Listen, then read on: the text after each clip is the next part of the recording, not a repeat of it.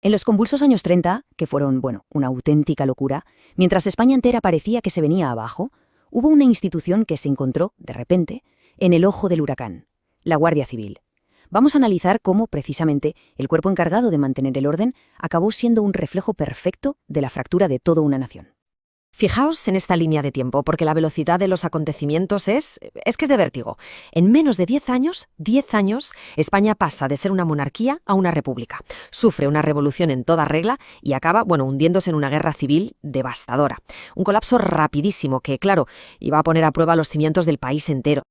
Y aquí, claro, es donde surge la pregunta del millón, ¿no? ¿Cómo es posible que la policía de un país, la fuerza que se supone que está ahí para evitar el caos, se convierta en una pieza fundamental de su propia guerra civil? Si lo pensamos, es una locura. Pues bien, vamos a intentar entenderlo. Vale, primera parte. Una república en la tormenta. O cómo un nuevo gobierno se enfrenta a un mundo en crisis. Y es que el punto de partida de todo esto es abril de 1931. El rey Alfonso XIII se va. Y ¡pum!, se proclama la Segunda República. España estaba estrenando sistema político, pero la verdad no pudo elegir un peor momento para hacerlo. Para que nos hagamos una idea del panorama, el mundo entero estaba de rodillas por la Gran Depresión. A nivel internacional, la agitación política era el pan de cada día. Y si miramos para adentro, en España, la cosa estaba que ardía. Huelgas por todas partes, desórdenes, un malestar social tremendo. Vamos, que la República nació literalmente en medio de la tormenta perfecta. Y en esta situación tan delicada, el nuevo gobierno republicano, tenía muy pocas herramientas para imponer su autoridad. Si quería defender la ley en todo el país, al final dependía casi en exclusiva de un único instrumento: la Guardia Civil. Pasamos a la segunda parte: el precio del orden. Y es que aquí es cuando comienza un ciclo mortal de violencia. Porque claro, esa responsabilidad de ser los únicos que ponían orden los colocó en una posición completamente imposible. Y muy pronto se vieron metidos en una espiral de violencia de la que ya no pudieron salir. El primer chispazo, el que de verdad lo enciende todo, ocurre a finales del 31, en Castilblanco, Badajoz. La historia es terrible. El alcalde pide a la dotación del pueblo, imaginaos, un cabo y 3 guardias, nada más, que disuelvan una manifestación. Pero la cosa se tuerce. La multitud se les echa encima, los desarman y los matan, con sus propias armas. El resultado de ese día: 4 guardias civiles asesinados. Como es lógico, esto fue un shock tremendo para todo el país, pero sobre todo para el propio cuerpo de la Guardia Civil.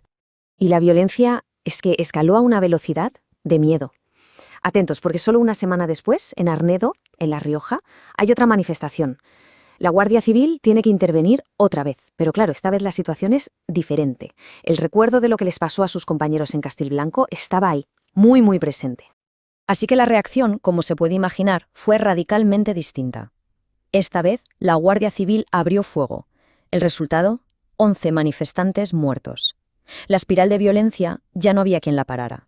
Entonces, aquí está la clave de todo. Defender el orden tuvo un coste brutal. Por un lado, un coste en vidas, en las de sus propios agentes. Pero por otro, y esto es importantísimo, un coste en su imagen pública. Una parte de la población dejó de verlos como protectores y empezó a verlos, directamente, como una fuerza de represión. Y avanzamos al siguiente punto de inflexión: la revolución a las puertas, el levantamiento de octubre de 1934. Llegamos al año 34 y todo ese descontento social y político que venía acumulándose explota. Estalla en un movimiento revolucionario a lo grande que pasó a la historia como la Revolución de Octubre. Este levantamiento se extendió como la pólvora, sobre todo por Asturias, Cataluña y el País Vasco. Pero el epicentro, el lugar más violento sin duda, fue Asturias. Allí, los mineros, que estaban muy bien armados y organizados, tomaron el control de toda la zona y proclamaron una república socialista.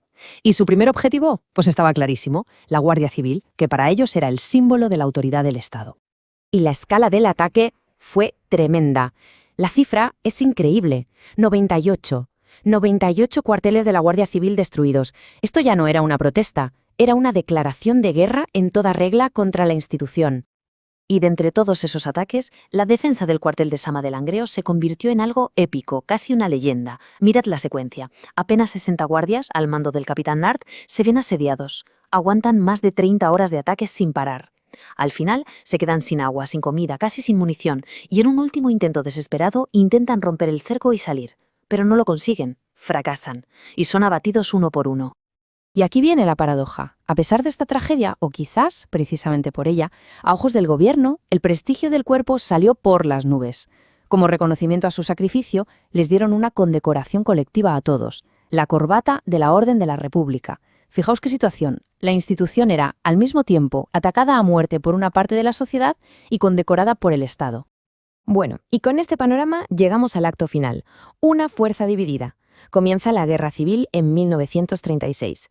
Estamos en julio del 36, se produce el famoso alzamiento militar y empieza la Guerra Civil. España se parte en dos y la Guardia Civil, como no podía ser de otra manera, se parte con ella.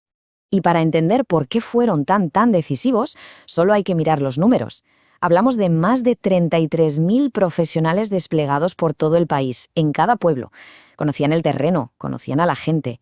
Su lealtad, por tanto, no era un detalle sin más, era la clave. En muchísimos sitios, el bando que consiguió su apoyo fue el que se hizo con el control al principio.